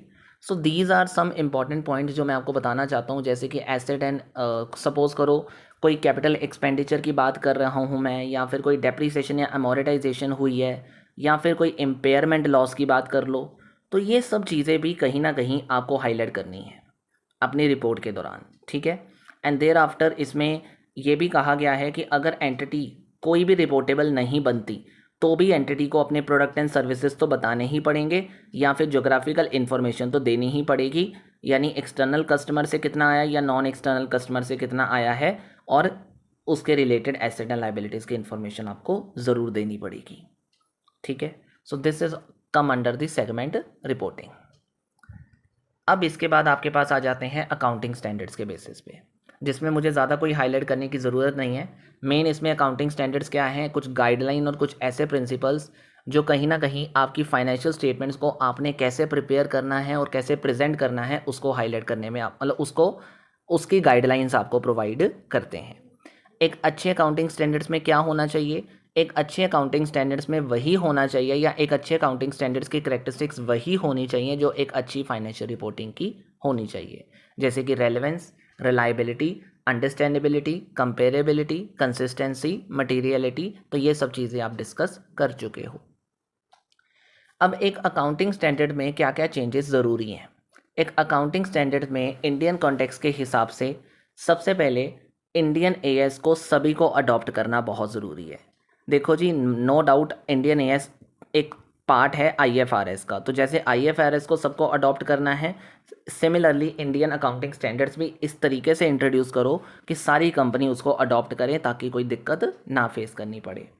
दूसरा मेन रीज़न है कि अकाउंटिंग स्टैंडर्ड में हमें ये चेंज करना पड़ेगा कि जो पुराने अकाउंटिंग स्टैंडर्ड्स हैं उससे निकलना पड़ेगा हमें, क्योंकि अभी भी कुछ ऐसे पुराने अकाउंटिंग स्टैंडर्ड्स हैं जिनकी वजह से नए अकाउंटिंग स्टैंडर्ड्स का आना थोड़ा मुश्किल हुआ पड़ा है या उसको समझना थोड़ा मुश्किल हुआ पड़ा है। तो ओल्ड अकाउंटिंग स्टैंडर्ड्स को प्रॉपर रिवाइज करने की ज़रूरत है, प्रॉपर फेस आउट उससे होने की ज़रूरत है। इसके अलावा आपको डिस्क्लोज़र रिक्वायरमेंट को और ज़्यादा बढ़ाना पड़ेगा, क्योंकि कई चीज़ें ऐसी हैं जो अभी तक भी क्लियर नहीं हो पा रही हैं, जिससे डिटेल्ड हमें अच्छे मतलब जिससे डिटेल्स हमें अच्छे से मिल जाएं, तो उसके बारे में भी आपको प्रॉपरली बताना है, मतलब उसके बारे में भी अकाउंटिंग स्टैंडर्ड्स को चेंज करना पड़ेगा। कुछ नए अकाउंटिंग स्टैंडर्ड्स जो हैं वो भी लेकर आने चाहिए, जिससे कहीं ना कहीं रेवेन्यू रिकॉग्निशन आसान हो जाएगा। फाइनेंशियल इंस्ट्रूमेंट से रिलेटेड जैसे बात कर लो, या फिर लीजेस से रिलेटेड बात कर लो, एम्प्लॉय बेनिफिट से रिलेटेड बात कर लो, तो ये बदलता रहता है सिस्टम। तो इस बदलते हुए सिस्टम को सोचते अनुसार आपको अपने अकाउंटिंग स्टैंडर्ड्स को भी बदलना पड़ेगा। इसके बाद आते हैं ग्रेटर रेगुलेटरी ओवरसाइट। जो MC है, that is ministry of corporate affair, and जो ICAI है, उन्होंने अकाउंटिंग स्टैंडर्ड बना तो दिए हैं, बट उनको और ज़्यादा स्ट्रिक्ट रेगुलेशंस इन चीज़ों में करनी पड़ेगी ताकि अकाउंटिंग स्टैंडर्ड्स का ज़रा सा भी गलत इस्तेमाल ना हो। And the last thing you can also right it, continuous update. Accounting standard से रिलेटेड कॉन्टीन्यूस अपडेट देते रहना पड़ेगा, यानी इंडस्ट्री कह लो कि एक तरीके से रेगुलर अपडेट जो है, रेगुलर फीडबैक जो है वो हमें इंडस्ट्री एक्सपर्ट से मिलती रहनी चाहिए, रेगुलेटरी बॉडी से मिलती रहनी चाहिए, या आपको ये लेते रहना है, क्योंकि अकाउंटिंग स्टैंडर्ड्स में अगर कोई ज़रूरत पड़ जाए किसी चीज़ के चेंज करने की या किसी चीज़ को एडवांस करने की, तो वो हमें प्रॉपरली टाइमली बेसिस पे करने का मौका मिल जाए। और एक और चीज़ मैं बोलना चाहूँगा कि अकाउंटिंग स्टैंडर्ड्स स्मॉल एंटरप्राइजेज़ या मीडियम एंटरप्राइजेज़ के लिए क्या होने चाहिए, सिंप्लीफाइड होने चाहिए। ये भी एक आपको चेंज करना है अपने अकाउंटिंग स्टैंडर्ड में, क्योंकि उनको ये अकाउंटिंग स्टैंडर्ड फॉलो करने में काफ़ी दिक्कत आती है, तो हमें इसमें भी चेंजेस करना ज़रूरी है। ठीक है। इसके अलावा इसमें अगला टॉपिक है इंटेंजिबल एसेट्स का। अब इंटेंजिबल एसेट्स से रिलेटेड अगर मैं बात करूँ तो intangible asset you all know very well, एक नॉन मॉनेटरी आइडेंटिफेबल एसेट जिसका कोई फिजिकल सब्सटेंस नहीं होता। इसको हम कैसे रिकॉग्नाइज करेंगे? इसको हम तभी रिकॉग्नाइज करेंगे, जो 2 क्राइटेरिया मैंने पहले भी बता दिए थे, कि अगर आपको इंटेंजिबल एसेट इस्तेमाल करने से इकोनॉमिक बेनिफिट आपके कंपनी से जा रहा है या आ रहा है, या फिर आप ये कह लो कि जो एसेट है कॉस्ट की एसेट जो है एसेट की जो कॉस्ट है उसको अगर हम रिलायबली मेजर कर सकते हैं, तो भी हमें उस चीज़ को रिकॉर्ड कर लेना है। अब मेजर कैसे करेंगे? तो सबसे पहले बोला गया है कि किसी भी इंटेंजिबल एसेट को अगर सबसे पहले रिकॉर्ड करना है तो उसको उसकी कॉस्ट बेसिस पे रिकॉर्ड करना है।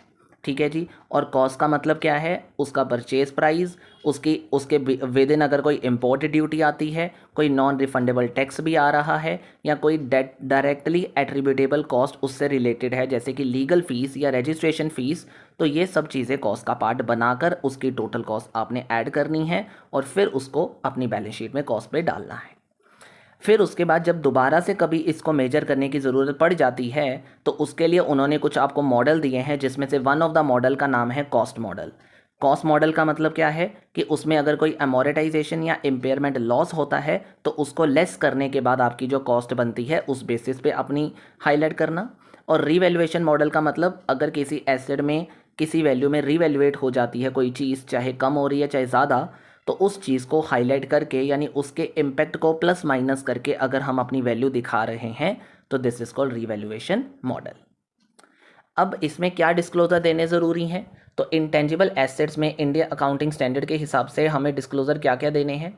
तो उनमें कहा गया है कि हमें सबसे पहले जो अकाउंटिंग पॉलिसी हमने अडॉप्ट करी है उसके बारे में प्रॉपर बताना है।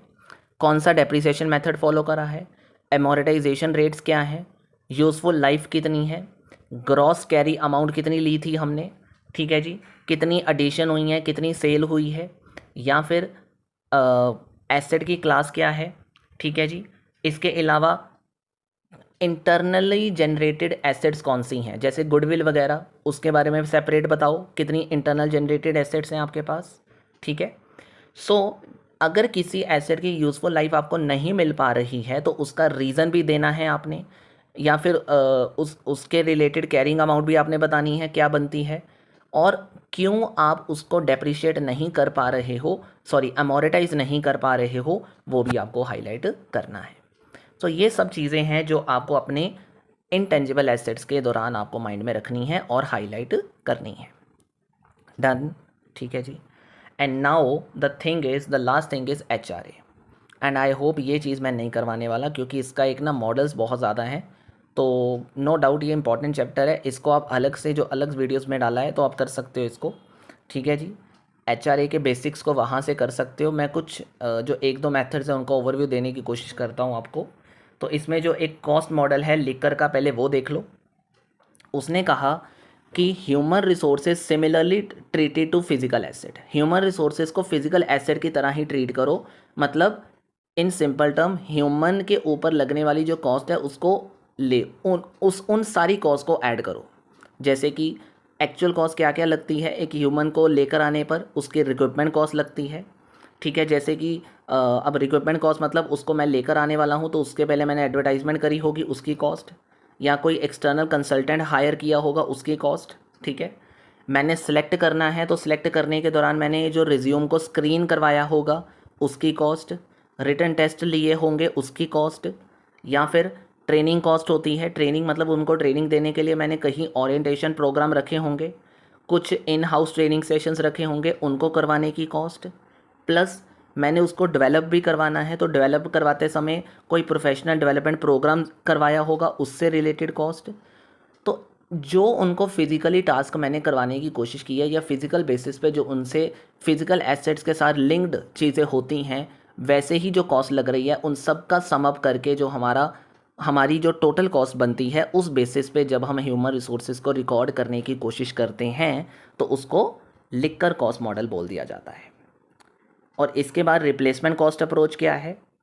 इसका मतलब आप ये कह सकते हो कि जो भी कॉस्ट आपकी आज की बन रही है किसी ह्यूमन रिसोर्स की, मतलब cost that would incur to replace an existing employee. मेरे पुराने एम्प्लॉय को रीप्लेस करने के, आज के एम्प्लॉय से रीप्लेस करने पर मुझे कितनी कॉस्ट लग रही है, तो this is called replacement cost. जैसे कि मैं नया एम्प्लॉय लेकर आने वाला हूँ सिमिलर स्किल्स के हिसाब से, सिमिलर एक्सपीरियंस के हिसाब से, तो उसको रिक्रूट कराने की कॉस्ट, उसको ट्रेंड करने की कॉस्ट, उसको डेवलप करने की कॉस्ट, प्लस अपॉर्चुनिटी कॉस्ट, क्योंकि अब पुराना एम्प्लॉय जा रहा है तो नया आ रहा है तो उसकी अपॉर्चुनिटी कॉस्ट भी बनेगी आपकी। तो उन चीज़ों को एडअप करके जो टोटल कॉस्ट बनती है उसको हम रिप्लेसमेंट कॉस्ट बोलते हैं। और अगर मैं उस बेसिस पे अपनी रिकॉर्डिंग करता हूँ तो उसको हम replacement cost model under HRA बोल देते हैं, ठीक है जी। अब वैल्यू मॉडल के बेसिस पे मैं आपको 2 या 3 ही बताने वाला हूँ। उसमें से वन है लेव एंड स्केवर्ट्स मॉडल, ठीक है। इसका मतलब ये होता है कि जब हमने अपने ह्यूमन रिसोर्सेज को मॉनेटरी टर्म्स में वैल्यू करना है तो हम इस मॉडल को लेकर यूज़ कर सकते हैं। यानी ये माना जाता है कि जो भी हम एम्प्लॉय यूज़ कर रहे हैं, ठीक है, वो कहीं ना कहीं हमें फ्यूचर में इकोनॉमिक बेनिफिट देंगे ही देंगे, और वो बेनिफिट नंबर्स की फॉर्म में हो सकता है या नंबर्स की फॉर्म में, क्वांटिटेटिव फॉर्म में उसको यूज़ किया जा सकता है या रिकॉर्ड किया जा सकता है। लेकिन इसने कहा हम उसका प्रेजेंट वैल्यू कंसेप्ट यूज़ करेंगे। तो प्रेजेंट वैल्यू कंसेप्ट से मेरा मतलब है कि एक तरीके से आप ये कह लो, इसमें ये फॉर्मूला लगाया जा सकता है जो आपके सामने है। अब इस फॉर्मूले में हमने मेनली निकालना क्या होता है, प्रेजेंट वैल्यू, यानी हमारे एम्प्लॉई जो हमें फ्यूचर में मतलब फ्यूचर में आगे कुछ प्रोवाइड करने वाले हैं, उसकी आज मुझे प्रेजेंट वैल्यू क्या मिलने वाली है। दिस इज़ कॉल्ड लेव एंड स्केवर्ट्स मॉडल, ठीक है जी। यानी आने वाले समय में एम्प्लॉय की एक्सपेक्टेड अर्निंग जो है उसका इस्तेमाल करना और उसको डिस्काउंटिंग रेट के हिसाब से प्रेजेंट वैल्यू निकालना उन एम्प्लॉयज़ की अर्निंग की एक्चुअली में क्या मिलेगी मुझे आज, दैट इज़ कॉल्ड लेव एंड स्केवर्ड मॉडल, ठीक है। इसमें उनकी एज का इस्तेमाल भी, मतलब इसमें उनके एज का फैक्टर भी लिया जाता है, या फिर रिटायरमेंट बेस भी लिया जाता है, या फिर उनकी प्रेजेंट एज क्या है उसको भी कंसीडर किया जाता है, ठीक है। इसके अलावा अगला है फ्लैमहोर्स मॉडल। फ्लैमहोर्स मॉडल ने कहा कि हम जनरली क्या कंसीडर करेंगे, ये बिल्कुल कॉम्प्रिहेंसिव है, मतलब एक अलग कंसेप्ट है ऊपर वाले मॉडल से। इसने फोकस किया expected realisable value of an individual to the organisation. मतलब ये फ्यूचर अर्निंग या अर्निंग पे बेस्ड नहीं है ये मॉडल। ये आपको एक्चुअली में क्या कहना चाहता है कि कितनी सर्विसेज एक एम्प्लॉय हमें आने वाले समय में दे पाएगा, यानी उसकी एक्सपेक्टेड रियलाइजेबल वैल्यू क्या होगी। यानी अगर मैं आज एम्प्लॉय को रख रहा हूँ तो आज जो मुझे वो सर्विसेज दे रहा है उसका सर्विसेज रिटर्न मुझे क्या मिलेगा। मतलब quantitative of services expected to be derived, मतलब हर एक स्टेज में अगर मैं उसका इस्तेमाल कर रहा हूँ तो हर एक स्टेज में मुझे उस मतलब उसकी कितनी सर्विसेज मिलेंगी मुझे, उस चीज़ को हाईलाइट जब किया जाता है। यानी जो फ्यूचर अर्निंग पे ही बेस्ड नहीं है, मतलब फ्यूचर अर्निंग को केवल नहीं लिया जाता इसके अंदर, साथ ही साथ हम इसमें किस चीज़ को ले, मतलब इसमें क्वांटिटेटिव नहीं बल्कि क्वालिटेटिव भी यूज़ किया जाता है। अगर सिंपल कहूँ तो क्वांटिटेटिव नहीं बल्कि क्वालिटेटिव भी इसमें देखा जाता है। मतलब करियर पाथ क्या होगा एक एम्प्लॉय का, कितना रोल हो वो प्ले करेगा, या फिर क्या परफॉर्मेंस रहेगी, ये सब चीज़ें डिफाइन करना। तो ये सब चीज़ें फ्लैमहोर्स मॉडल ने बोली हैं कि फ्यूचर अर्निंग नहीं बल्कि उसके क्वालिटेटिव फैक्टर्स को भी यूटिलाइज करो कि वो कितना हमें आगे बढ़कर दे पाएंगे। ठीक है, तो ये 2-3 मॉडल मैंने आपको बताने थे जिसके ऊपर आप ध्यान ज़्यादा दे सकते हो। अब ये लास्ट टॉपिक है, वैसे इसके बाद ना एक डिफरेंसेस है इंडियन एएस और यू कैन से जो आपका बचता है इंडियन एएस यूएस गैप का, वो मैंने अलग से वीडियोस डाली हुई हैं, आप उन्हीं से देखिएगा। मैंने यहाँ कवर अप नहीं करवाना बार बार, ठीक है। वो 10-10 मिनट की छोटी छोटी वीडियोज़ हैं सिमिलैरिटीज़ के साथ, आप उसको अच्छे से कवर अप कर सकते हो वहाँ से। अब बात करते हैं कंपनी एक्ट की रिक्वायरमेंट के अनुसार आपको पता है कि एक फाइनेंशियल रिपोर्टिंग में क्या क्या होना चाहिए। तो एक फाइनेंशियल रिपोर्टिंग में क्या होगा, फाइनेंशियल स्टेटमेंट्स होंगी जिसमें balance sheet, P&L, cash flow statement या ऑनर इक्विटी में कितना चेंज हुआ है वो सब होना चाहिए। अकाउंटिंग स्टैंडर्ड आप कौन सा अप्लाई कर रहे हो, क्या कब कब कौन कौन से कहाँ कहाँ लगा रहे हो, ये आपको बताना होता है। अगर आपकी कोई सब्सिडरी है तो आपकी कंसोलिडेटेड फाइनेंशियल स्टेटमेंट्स आपको प्रिपेयर करनी पड़ेगी IFRS 10 के हिसाब से, ठीक है। बोर्ड ऑफ डायरेक्टर की रिस्पॉन्सिबिलिटी क्या है, ये भी आपको अपनी कॉर्पोरेट फाइनेंशियल रिपोर्टिंग में हाईलाइट करना है ताकि पता चले कि बोर्ड ऑफ डायरेक्टर ने क्या क्या काम किया है और क्या क्या वो काम करना, मतलब क्या क्या काम उनको करना चाहिए था, ठीक है। जो आपने ऑडिट या ऑडिटर्स, यानी ऑडिट कितना कब करवाया या कौन सा करवाया या किससे करवाया या कौन से क्वालिफाइड चार्टर्ड अकाउंटेंट से करवाया, ये सब चीज़ें भी आपको अपनी फाइनेंशियल रिपोर्टिंग में देनी है ताकि हमें पता चले कि आपकी कंपनी का ऑडिट किसने किया है। Plus director report, director report की अगर मैं बात करूं तो उसमें भी आप मतलब डायरेक्टर रिपोर्ट भी देनी है कि डायरेक्टर में आपस में मीटिंग कैसे डिस्कस करी है, उनका क्या कंक्लूजन निकला, कंपनी के अफेयर्स, फाइनेंशियल रिजल्ट्स डायरेक्टर के हिसाब से, डायरेक्टर की मीटिंग के हिसाब से, डायरेक्टर की रिपोर्ट के हिसाब से क्या नज़र आ रहे हैं वो आपको हाईलाइट करना है। एंड फाइनेंशियल डिस्क्लोजर्स भी देने हैं, मींस कंपनी की रिलेटेड पार्टी कौन सी है, कंपनी की कंटिंजेंट लाइबिलिटीज़ क्या क्या हैं, कंपनी ने गारंटी कहाँ कहाँ दी हुई है, ये सब चीज़ें एक्स्ट्रा में आपको देनी होती हैं, ठीक है जी। And now the last thing is what are the recent trends of the financial reporting, that's it. ये आप देख सकते हो रीसेंट ट्रेंड्स में क्या क्या है, मतलब फाइनेंशियल रिपोर्टिंग आज के समय में कैसी होनी चाहिए। तो IFRS कन्वर्जेंस, मतलब इंडिया को ये चाहिए कि उनकी फाइनेंशियल रिपोर्टिंग IFRS के हिसाब से बन रही हो, क्योंकि आजकल IFRS कन्वर्जेंस चल रहा है। इंडिया मतलब in simple term financial reporting disclosure based होनी चाहिए, इसमें फुल ऑफ डिस्क्लोज़र होने चाहिए, ये ध्यान देना है। जो फाइनेंशियल रिपोर्टिंग है वो XBRL फॉर्मेट में होनी चाहिए। XBRL फॉर्मेट का मतलब एक्सटेंसिबल बिजनेस रिपोर्टिंग लैंग्वेज, एक इलेक्ट्रॉनिक एक इलेक्ट्रॉनिकल सिस्टम है जिसके ज़रिए हम फाइनेंशियल रिपोर्टिंग फाइल करते हैं। तो आजकल इलेक्ट्रॉनिक फाइलिंग होनी चाहिए, ठीक है। फाइनेंशियल रिपोर्टिंग आजकल कॉर्पोरेट गवर्नेंस को ध्यान में रखकर करनी है आपने, कि कॉर्पोरेट गवर्नेंस मींस कोई स्कैम वगैरह का सिस्टम जो है वो कम हो गया हो तो ज़्यादा बेटर है, मतलब ऐसा कोई सिस्टम बाहर ना निकले तो ज़्यादा बेटर है। फाइनेंशियल रिपोर्टिंग इस तरीके से करनी है जिसमें टेक्नोलॉजी को बढ़ोतरी मिल रही हो, ये ध्यान रखना है। या रीसेंट ट्रेंड मतलब टेक्नोलॉजी, मतलब फाइनेंशियल रिपोर्टिंग आज के समय में टेक्नोलॉजी बेस्ड करने की कोशिश की जा रही है। फाइनेंशियल रिपोर्टिंग में ज़्यादा आजकल हमें ये बोला जाता है कि आपने ESG रिपोर्टिंग करवानी है, मतलब इन्वायरमेंटल सस्टेनेबिलिटी गवर्नेंस रिपोर्टिंग आपने करनी है, मीन्स ज़्यादातर इन चीज़ों पे ध्यान देना है। And now the last thing is, इसके अलावा आपको ये भी ध्यान रखना है कि जो फाइनेंशियल रिपोर्टिंग है उसमें क्या होना चाहिए, उसमें कहीं ना कहीं ऑडिट कमेटी का जो रोल है वो ज़्यादा आपको दिखाना है। मतलब क्योंकि audit committee is all about, यानी जिसने ये काम करना है, यानी एक तरीके से कह लो ऑडिट कमेटी आपका सारा काम देखती है। तो फाइनेंशियल रिपोर्टिंग के दौरान ऑडिट कमेटी को प्रॉपरली आपने हाईलाइट करना है कि उन्होंने क्या क्या किया है और क्या क्या करना था उन्होंने, और ये सब चीज़ें मतलब ऑडिट कमेटी में कौन कौन था, उनका कॉम्पोजिशन, ये सब चीज़ें भी आपको हाईलाइट करनी है। तो दैट्स इट। ठीक है जी। तो आई होप आपको ये प्रॉपरली सारे पॉइंट्स और सारे टॉपिक्स अच्छे से क्लियर हो चुके हैं IFR के अंदर। तो आई होप आपको दोस्तों, आपकी जो मैंने ये मेहनत करके आपके लिए ये सब चीज़ें प्रोवाइड करी हैं, जो आपको 1 आवर में मिनिमम मिल रहा है पूरा सिलेबस इसी वीडियो के अंदर, एक अच्छे तरीके से आप सुन सकते हो, समझ सकते हो, जान सकते हो, पेपर में लिख सकते हो। आई होप आपको ये अच्छे से समझ में आ गया होगा सारी चीज़ों के बारे में। तो दैट्स इट, आज की इस वीडियो में इतना ही है दोस्तों। वीडियो के लिए मतलब अगर वीडियो अच्छी लगी है तो जल्दी से लाइक और शेयर कर दीजिएगा। चैनल के ऊपर नए हो तो चैनल को सब्सक्राइब भी ज़रूर करिएगा। दैट्स इट, मिलते हैं नेक्स्ट वीडियो में। That's it.